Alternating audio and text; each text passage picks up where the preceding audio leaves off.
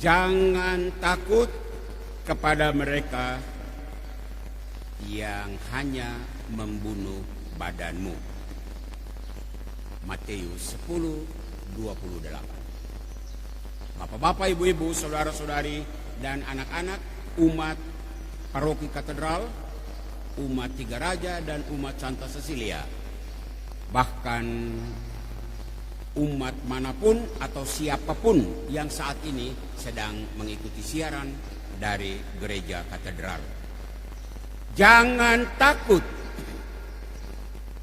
Jangan takut. Kata-kata Yesus ini, seruan Yesus ini ditujukan kepada 12 murid 2000-an tahun yang lalu.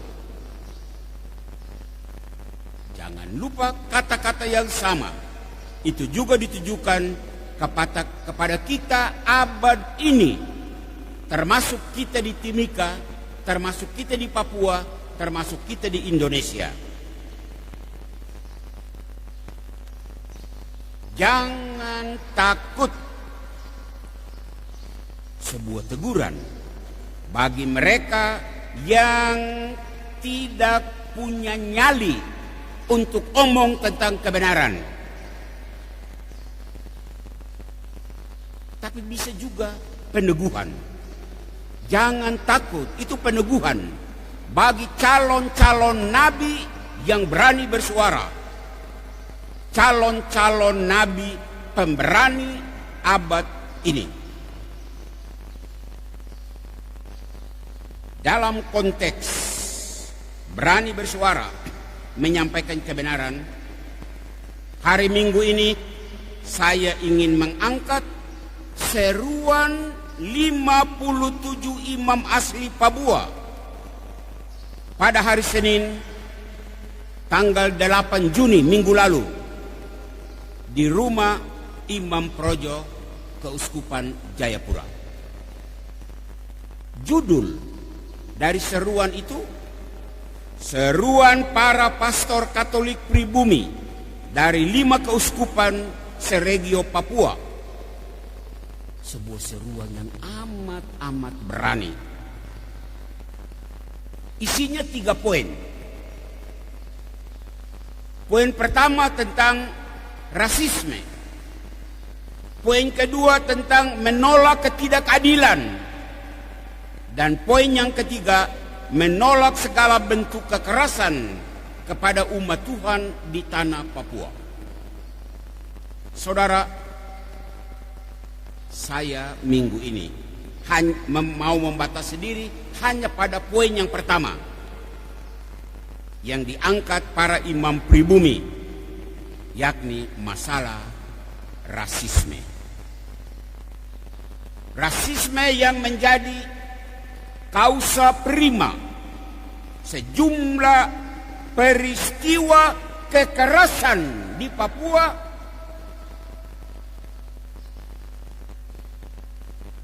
peristiwa melawan ketidakadilan. Kita mulai rasisme. Menyangkut rasisme, saya berangkat dari kasus pemicunya, yaitu kasus Surabaya 16 Agustus 2019. Mahasiswa Papua diteriaki monyet. Ayolah, coba dengan kepala dingin dan akal sehat, saudara coba renungkan.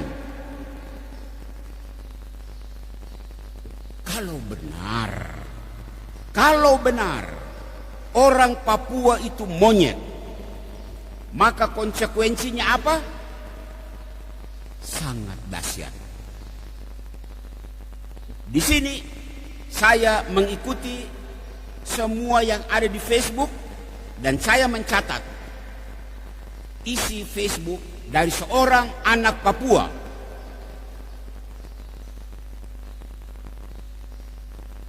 Mohon umat pendatang tidak tersinggung. Kalau mahasiswa Papua itu monyet, artinya monyet cari ilmu di Surabaya. Dengar baik-baik. Monyet cari ilmu di Jawa, monyet cari ilmu di Sulawesi, monyet cari ilmu di Sumatera, monyet cari ilmu di Kalimantan, monyet cari ilmu di Maluku. Sementara, dan ini jangan tersinggung, sementara manusia Jawa, manusia Sulawesi, manusia Maluku, manusia Sumatera datang mencari makan di tempat monyet. Membaca SMS itu saya malu. Saya malu sekali. Pikir dan renungkan. Orang waras pasti malu disebut cari makan di tempat monyet. Nila setitik merusak susu sebelanga. Mulut satu anak, satu orang, beberapa orang Surabaya merusak susu sebelanga Jawa, susu sebelanga orang pendatang. Lebih malu yang mana? Monyet cari ilmu di tempat manusia atau manusia cari makan di tempat monyet? Jangan, sekali lagi, jangan tersinggung. Ini konsekuensi logis sebuah ucapan rasis. Pertama. Yang kedua, saya ingin menyapa bagian pemerintahan. Pemerintah kita di pusat maupun di daerah all out mengeluarkan dana besar untuk membangun jalan di Papua, pendidikan di Papua, kesehatan di Papua. Berkaitan dengan ucapan rasisme tadi, pertanyaan yang mengganggu nalar. Bangun jalan untuk monyet-monyet? Bangun kesehatan untuk monyet? Bangun pendidikan untuk monyet-monyet? Kalau benar teriakan rasis orang Surabaya itu, apa pemerintah masih waras mengeluarkan dana begini besar untuk monyet-monyet?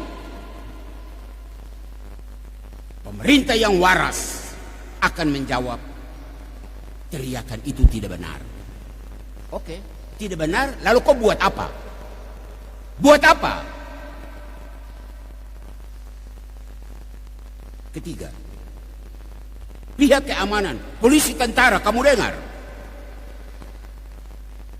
Polisi, tentara di tanah Papua ini terlalu banyak.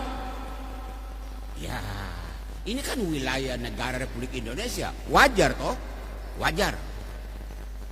Tetapi Anda hadir di tanah ini dengan segala perlengkapan keamanan yang hebat-hebat. Saya Pastor Amandus hanya mau bertanya, seluruh perlengkapan hebat-hebat itu untuk jaga monyet-monyet? Jangan tersinggung, polisi dan tentara. Polisi dan tentara yang masih waras akan menjawab, tidak, kami tidak menjaga monyet, kami menjaga manusia. Oke, kalau begitu, apa sikap tentara dan polisi terhadap orang yang teriak monyet itu? Malulah Anda. Kalau orang Papua itu monyet, baru Anda dengan segala perlengkapan keamanan yang wah, kamu menjaga monyet, malu kan? Keempat, kelompok keempat, pihak agama. Saya tidak mau menyebut orang Islam, saya tidak mau menyebut orang Protestan. Saya hanya membatasi diri pada gereja Katolik. Pastor dan suster, sejak zaman Belanda sampai zaman pemerintahan Indonesia ini, luar biasa pastor dan suster begitu banyak datang di Papua untuk melayani. Anda mengabdikan seluruh hidupmu dari masa muda sampai Anda menjadi tua di tanah Papua ini. Pertanyaan kecil untuk direnungkan. Apakah Anda petugas gereja pastor, bruder, suster, Anda melayani monyet-monyet? Sebelum pastor, suster, bruder yang lain menjawab, saya Pastor Amandus mau menjawab. 36 tahun saya mengabdikan diri sejak masih muda sampai rambut sudah putih ini di Papua. Saya tidak melayani monyet. Saya melayani manusia. Manusia Papua. Saya sedih kalau disebut orang Papua monyet. 36 tahun saya tidak melayani monyet-monyet.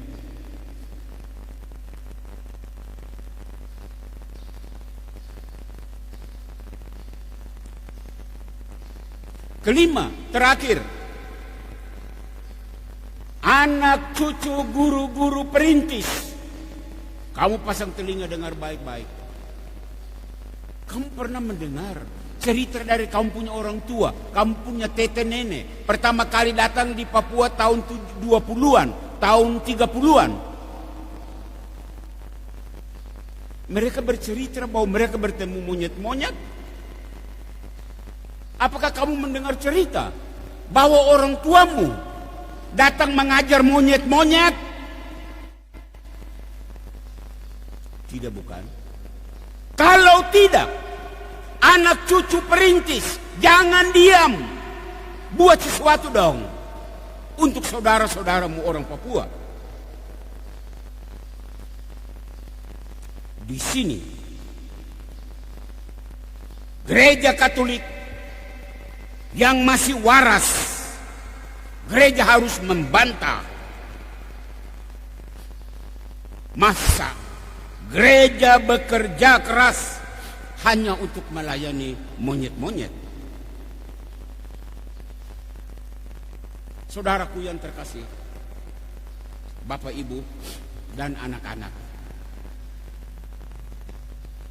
kalau semua pihak tidak setuju dengan labelisasi monyet untuk orang Papua, lalu mengapa selama ini kita diam?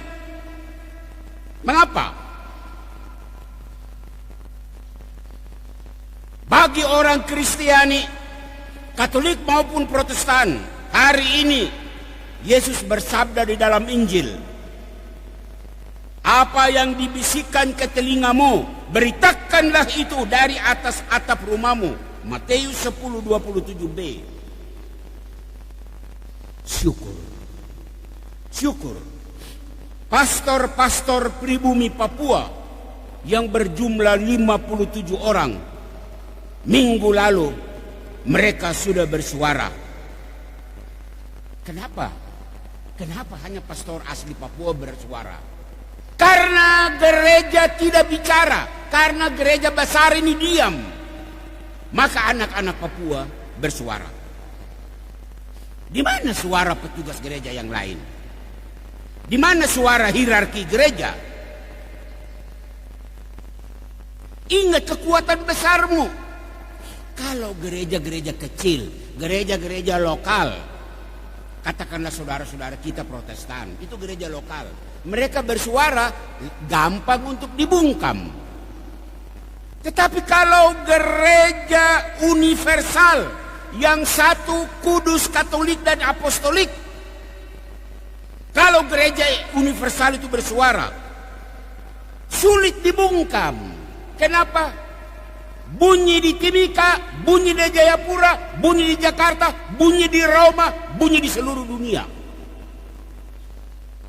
Pakai kekuatan ini, pakai kemampuan ini untuk mendampingi saudara-saudaramu Papua yang terhina, yang dihina, yang tergeser, yang digeser. Ini bukan hanya masalah orang Papua, ini masalah kemanusiaan. Orang Papua itu manusia. Nabi Yeremia dalam bacaan yang pertama tadi kita dengar, Nabi Yeremia menjadi tokoh inspiratif. Yeremia menderita, Yeremia dikejar, Yeremia dianiaya karena ia melaksanakan tugas kenabian menjadi corong untuk menyuarakan nasib bangsa Israel yang tertindas di tanah pembuangan. Yeremia tampil luar biasa. Lah kita bagaimana? Sebagai anggota gereja, kita semua jemaat Kristiani, Papua non Papua, kita semua dituntut untuk hadir sebagai nabi di zaman ini. Faktanya apa? Banyak orang takut bersuara, takut tampil di depan. Banyak umat khawatir akan nasib duniawinya, takut kariernya, takut omong, nanti dimusuhi, nanti dijauhkan, proyek tidak dapat karena melawan mainstream.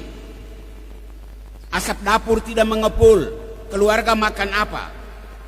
Untuk orang semacam ini yang berpikiran semacam ini hari ini Yesus menyapa Anda. Jangan takut kepada mereka yang membunuh badanmu tetapi tidak berkuasa membunuh jiwamu. Matius 10:28. Gereja harus berani karena ada dasar. Wilayah gereja adalah wilayah moral. Wilayah moral itu apa? Keadilan dan kebenaran. Wilayah gereja bukan wilayah politik. Karena gereja memang tidak berpolitik. Tetapi, dan ini dengar baik-baik, pemerintah dengar baik-baik, tentara polisi dengar baik-baik, gereja tidak berpolitik karena bukan wilayahnya. Tetapi kalau orang politik, masyarakat warga, organisasi massa, siapapun termasuk polisi, tentara, kalau Anda melakukan tindakan menginjak wilayah moral, keadilan, kebenaran, gereja akan bersuara. Karena Anda menabrak wilayah kami. Kalau gereja tampil di publik untuk bersuara, harap Anda jangan berkata gereja berpolitik. Bukan. Gereja melakukan tugasnya. Anda menginjak wilayah saya harus bersuara. Saya diam, saya berdosa. Akhirnya, Bapak-bapak, Ibu-ibu, saudara-saudari, anak-anak, dan siapapun yang mengikuti siaran ini, dari mimbar gereja katedral ini, atas dasar firman hari ini, seruan untuk kita semua adalah: warga gereja bersuaralah, institusi gereja bersuaralah, petugas gereja bersuaralah, hierarki gereja bersuaralah, bahkan setiap insan yang waras, semua manusia, Kristen, non-Kristen, Katolik atau Protestan, Islam, Hindu, Buddha, Anda manusia, Anda masih punya pikiran waras, bersuaralah untuk membela kemanusiaan ini. Apa yang dibisikkan di telingamu, beritakanlah itu dari atas atap rumahmu. Sabda Yesus hari ini di dalam Injil. Jangan takut kepada mereka yang membunuh badan tetapi tidak berkuasa membunuh jiwamu. Takutlah terutama kepada Dia yang berkuasa membunuh baik tubuh maupun jiwamu di neraka. Tuhan memberkati saudara-saudara kita Papua. Tuhan memberkati saudara-saudara kita pendatang. Tuhan memberkati kita semua. Amin. Kita hening sejenak untuk merenungkan firman Tuhan ini.